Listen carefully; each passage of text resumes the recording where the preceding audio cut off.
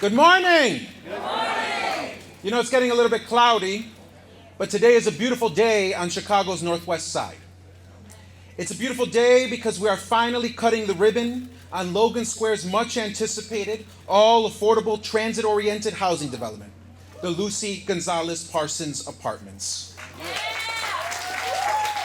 It is fitting that this building that will house 100 working families, is named after Lucy E. Gonzalez Parsons.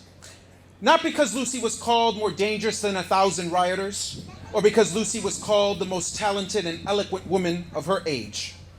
It is fitting because Lucy's life and story, the story of a working class woman of color who fought for the needs of working people against great odds, mirrors the story of our community and how our community fought to make this housing development a reality. Lucy was born into slavery. After the Civil War, she married Albert Parsons, a white man. And in 1873, the couple came to Chicago to escape the prejudice they faced in the Jim Crow South. It is perhaps for this reason that Lucy, a black woman, would claim she was of mixed Mexican and indigenous descent. While the true story of Lucy's heritage remains a question, one thing is clear. Lucy and her family were diverse, multicultural, and multiracial, like the inhabitants of this building and the diversity of Logan Square that we love.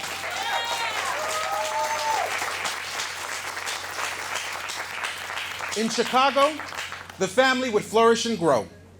Lucy and Albert would have 2 children and become leaders in the nascent movement for workers' rights. On May 1st of 1886, Lucy and Albert would lead a march of 80,000 workers down Michigan Avenue, demanding an 8-hour workday with no cut in pay.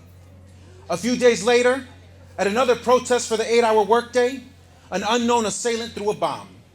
Workers and police officers would die in the clash, and Albert, alongside 7 other labor organizers, would be scapegoated and wrongfully convicted and sentenced to death.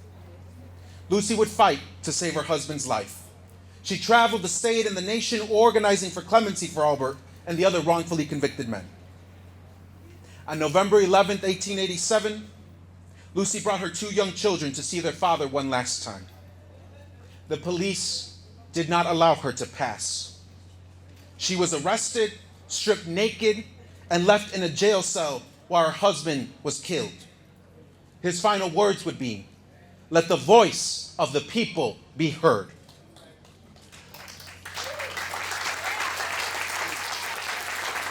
Of this grave injustice, of this horrible trauma she lived, Lucy would later say, "Oh misery, I have drunk thy cup of sorrow to its dregs, but I am still a rebel."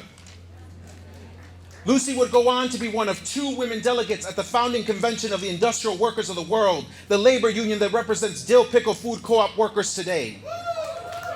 She would go on to organize against racism, lynchings, and sexism. On January of 1915, she led a march of 15,000 unemployed and homeless Chicagoans down Halsted.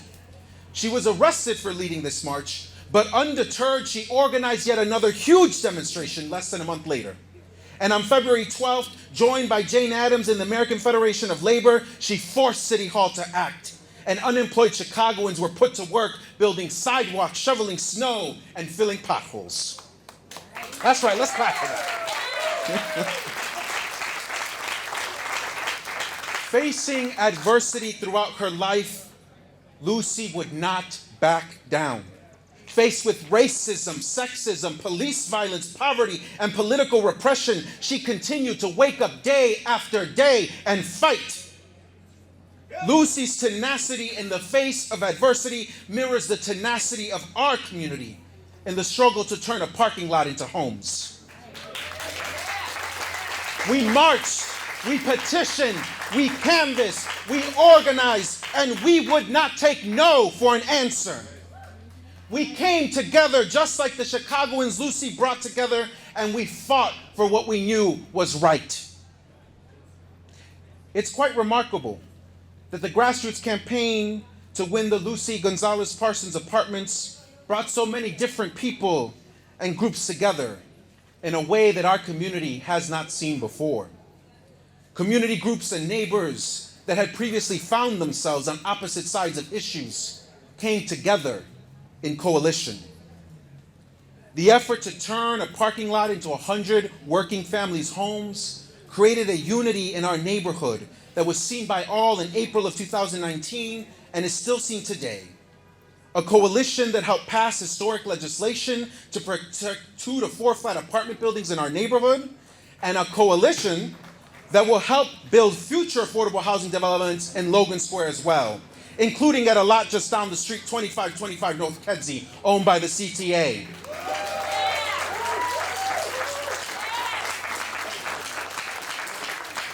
Lucy Gonzalez Parsons taught us that when we come together, we can accomplish great things.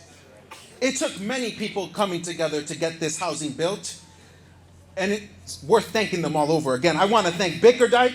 I want to thank Palenque LSNA. I want to thank United Neighbors of the 35th Ward, Logan Square Ecumenical Alliance, Logan Square Preservation, MPC, CHA, SCIU, Mayor Lightfoot and her administration, DOH, DPD, our 35th Ward staff, Land and Bone Baker Architects, and the union workers who built this building, Operating Engineers Local 150 and Laborers Local 1. I want to thank the members of the Illinois Labor History Society who are with us here. But most importantly, I want to thank every single Chicagoan, every single neighbor who signed a petition, attended a meeting, and made their voice heard in support of this development. It took a coalition to get us here today, and we should all be so proud of our collective efforts. To paraphrase the great Lucy E. Gonzalez Parsons, let us set aside our differences and set our faces towards the future.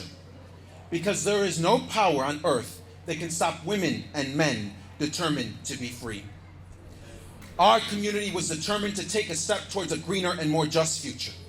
Our community was determined to take a publicly owned parking lot and convert it into dignified housing for 100 working families. Our community was determined to take a step towards addressing Chicago's legacy of segregation and to take a step towards a future where housing is a human right. Logan Square, Chicago, we have taken that step together. So let us keep moving together. Let us keep striving together.